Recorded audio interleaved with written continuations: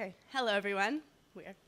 I've shared the story many times in front of audiences before, but never so honest, so thank you for listening. Maybe your health does hold you back. My friend's words stabbed me through the phone, and I stopped breathing. It was a Monday evening, and I smelled like the coffee I had been serving all day. My heart started to race. Was that the coffee or the anger? I was sitting on the floor, leaning against my bed, phone pressed against my ear. No one had ever said that to me before. He'd only known me briefly. He hadn't even seen the worst of it. The worst started one hot August morning when I was 17. My mom tried waking me up for an appointment 3 times before I finally got out of bed and put on a sweatshirt. I had an explosive headache. I thought, maybe I'm hungover from 2 nights ago, without realizing how unlikely that was. I headed towards the kitchen when a wave of nausea forced me towards the bathroom door. Instead of opening the door, I walked into it and stared at the door. I had lifted my hand to turn the knob. Why didn't it open? My mom, hearing the noise, came over to me and asked, "Are you okay?" "I'm fine," I said, but my words were jumbled. "Why is only one arm in your shirt?" She asked. I looked down, and I had only put my right arm in my sleeve, and my left arm hung out the bottom of my shirt. She said, "Maya, I think you're having a stroke."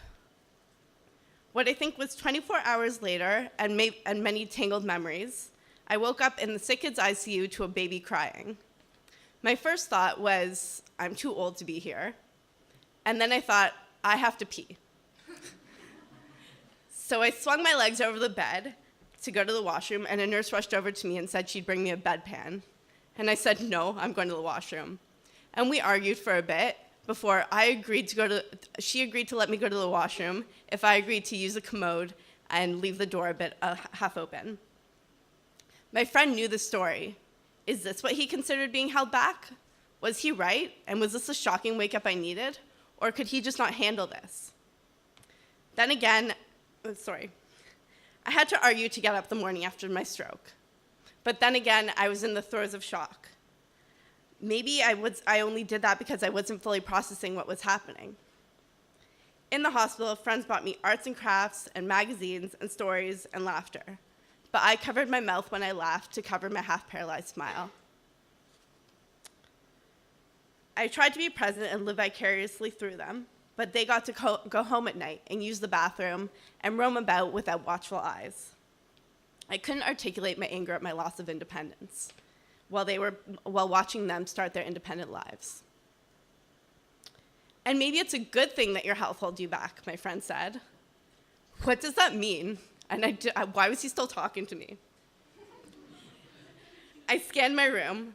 Clothes were draped everywhere, unfinished mugs of coffee were scattered, and I had sketches of anatomical hearts throughout.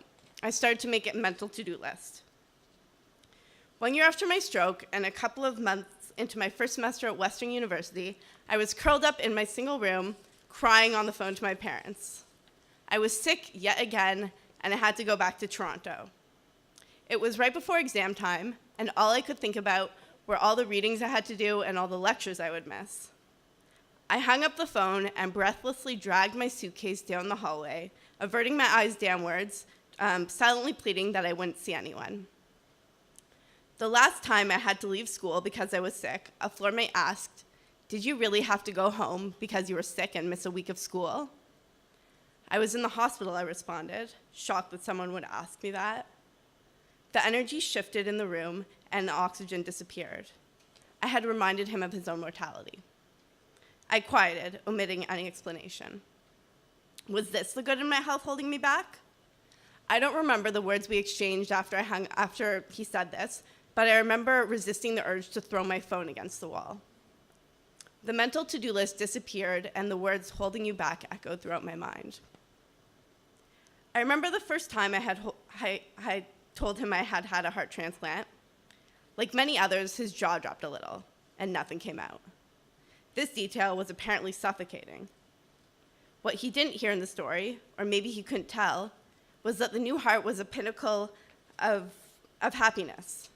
For 3 years following the stroke, I experienced countless hospitalizations and many shocks from an implanted defibrillator. I was constantly short of breath and couldn't keep up with my friends. I would sit on Facebook and watch their lives, hiding my jealousy when I heard about their plans for their summer and their futures. I was 21 when I dropped out of school for the second time.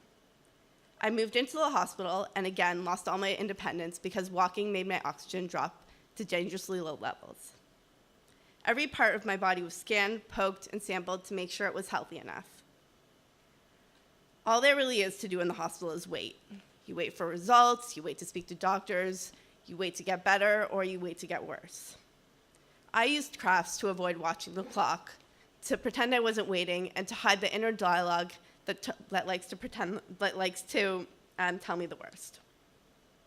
My hands were sticky with glue as I stuck pom-poms and pipe cleaners together, making these weird little creatures when the doctors walked into my room to announce that I was officially listed for a heart transplant. And for the first time in my life, I cried out of happiness.